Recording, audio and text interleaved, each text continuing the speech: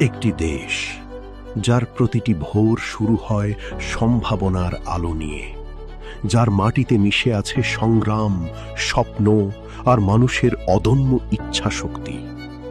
বাংলাদেশ।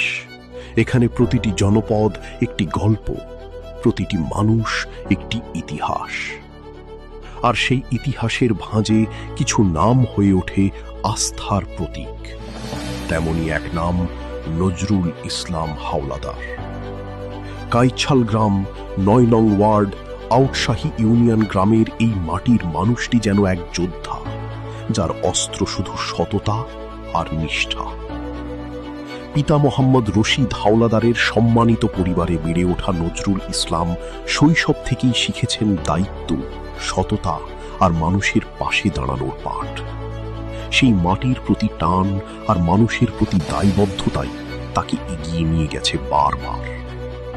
ছাত্র জীবন থেকেই তিনি ছাত্র দলের পতাকা তলে থেকে রাজনীতি শুরু করেন। সে সময় থেকেই তিনি জেনেছিলেন দলীয় পদ নয়, আদর্শের পথে হাঁটাই আসল সংগ্রাম। কিন্তু বাংলাদেশের রাজনীতির পথ মসৃণ নয়। আওয়ামী লীগ সরকারের আমলে নজরুল ইসলাম হাওলাদার নানাভাবে হেনস্থার শিকার হয়েছে। মামলা, হয়রানি, বাড়িতে বসেও থাকতে দেওয়া হয়নি তাকে।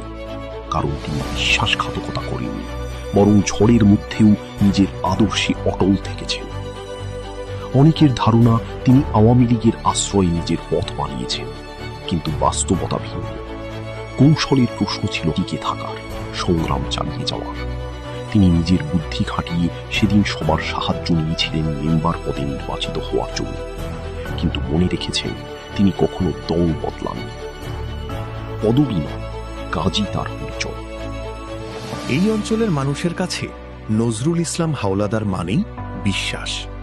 দিন হোক বা রাত, সংকটের মুহূর্তে তিনি সব সময় এগিয়ে আসেন সবার আগে। নিজের সীমিত সামর্থ্য দিয়েও তিনি নিঃস্বার্থভাবে অসহায় ও দুস্থ মানুষের পাশে দাঁড়িয়েছেন।